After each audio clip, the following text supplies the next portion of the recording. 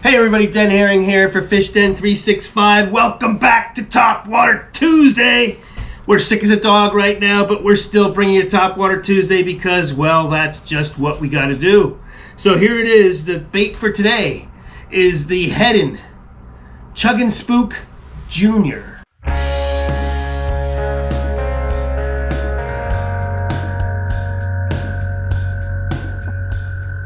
That's what I'm talking about. So I picked this bait up recently. I've never fished the Chug'N Spook Jr. It's the same size as the Spook Jr., as the Heddon Spook Jr., same size, but you can see it's got that cupped mouth. Hopefully you guys can see that, which it makes it a chugging bait. The other thing I really like about it is it's got much improved eyes. Those are realistic eyes in the bait.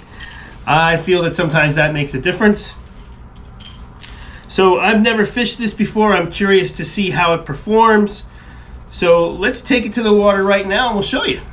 So this is the Heddon Chug'N Spook Jr.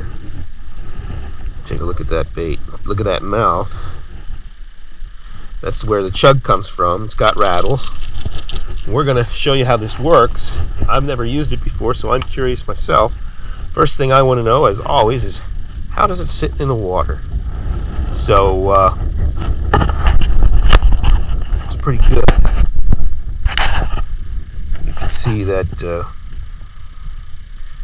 it sits fairly flat. It's not 45 degrees, somewhere in between. But let's see how it works. A couple of bluegill down there. It's cold water. All right, so got it out there, and we'll see if it chugs.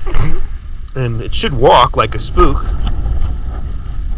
Okay, so there you have it. Got a good rattle. It has a very nice walk the dog, very easy to walk, and it does spit a little water, a little more than a Spook Jr. would. So it's got that chugging action, maybe just to, you know, get those fish a little bit more aggressive with it. So you can go 1, 2, 3, let it sit, 1, 2, 1, 2, 3, or you can just keep coming steady. I'm going to do a couple of different things here. I'm going to retrieve it fast, I'm going to go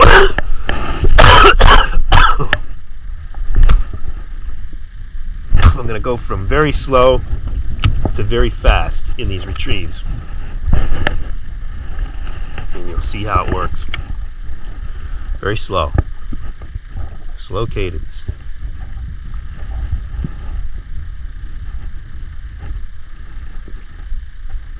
This is going to catch fish. Makes noise.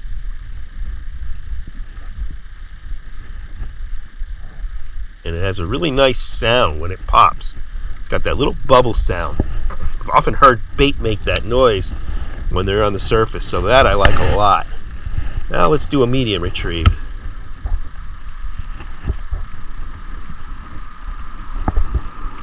Car going by, but it still makes that bubble noise. Yep. Oh yeah, I hear it. Bloop, bloop. Hear that? It bloops each time. I like that. All right, now let's go fast.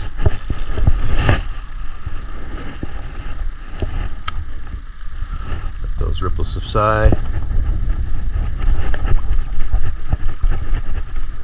Wow. So when you go fast, it it makes quite a commotion.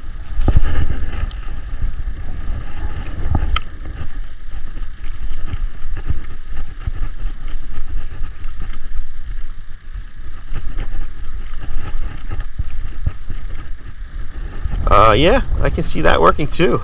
It's got a very tight walk, especially when you go fast. So not a lot of what you would call glide. It's just pretty tight, but there's a glide on the slower retrieve. See how it glides back and forth? But then when you go fast, less glide, but more popping action. Looks like a scared or frightened bait fish. This is going to catch fish. I'm looking forward to using this in the spring and the summer. One of the applications I can think of right away would be fishing for stripers at night, where you have that alewife spawn, and the alewives are this size: Beltsville, Wallenpaw Pack, Blue Marsh. This should work for them. I'll try that this year, so stay tuned for that, and we'll show you how that works. Now, I've changed the hooks on this. It comes with really strong split rings. I put number 4 EWGs on it. Let's take it back to the boathouse, and we'll tell you, we'll give you rod, reel, and line set up for this bait as well.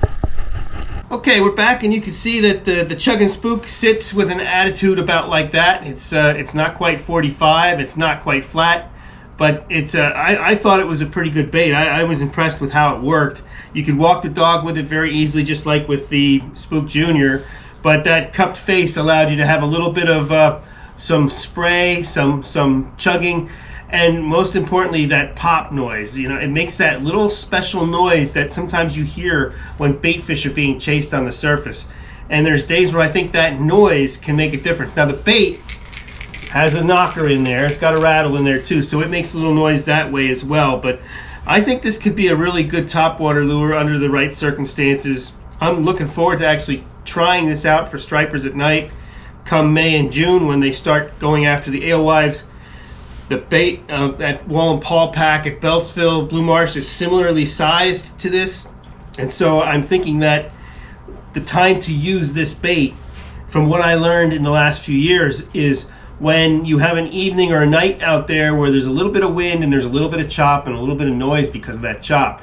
Sometimes the silent baits don't do as well then, because I think it's harder for the fish to hone in on them. And so if it's not too big of a chop, then this is the thing to throw, because it makes a little bit more noise, it splashes a little water, it's a little easier for those fish to find. If you have too much waves, well, then I usually fish something under the water on those nights.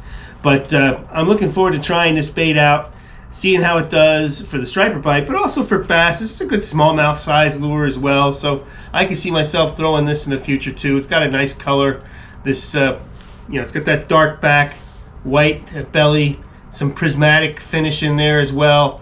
Good all-around bait fish color. Should do pretty good. So what I use to throw this is a rod that's specifically set up for top waters. This is an old rod. I have two of them. I broke one this year. I got two left. It's a Daiwa Light and Tough Series topwater rod made years ago. The thing about it is that people must like the rod though, because when I looked it up on eBay, I saw it selling for $300. I didn't pay $300 for this rod. When new, it was about $125, and then I got my last two on sale at Susquehanna Fishing Tackle when it was their, they were basically a clearance sale. I got them for like $80. So, but it is a really good topwater rod. I've got one on order that I'll be replacing this with, and I'm looking forward to trying that out. When I do, that may become a subject of another video. And I have just a simple reel on here. This is a Fluger Tryon, a very old reel, but I like it a lot. It's a 6.3 to 1 gear ratio, so it allows me to fish at the speed that I like for these topwater poppers and walk the dog techniques. And then I have 20-pound braid on here. I like spider wire stealth. And then when I'm fishing this bait, I'll be using 17-pound monofilament as a leader. And it'll be at least 2 rod lengths of that. 2 to 4 rod lengths, depending on the clarity of the water and the application for what I'm fishing. I usually use the Trilene brand of mono leader. I like the green colored mono line. It blends in well and it floats, which makes fishing the topwaters a little easier. Well, that's it for this week's Topwater Tuesday. The Heddon Chug'N Spook Jr. Let me know if you have any experience with this bait in the comments, if you fished it and whether you like it or not, what you think, how it compares to the Super Spook Jr., which is a very well-known and good bait. This one has just a little bit of added flair with that chugger face to it. Let me know what you think if you have experience with it. And until we meet again, keep it tuned here. Remember, be safe out there with this cold water that we have now. And as always, may God bless your fishing endeavors.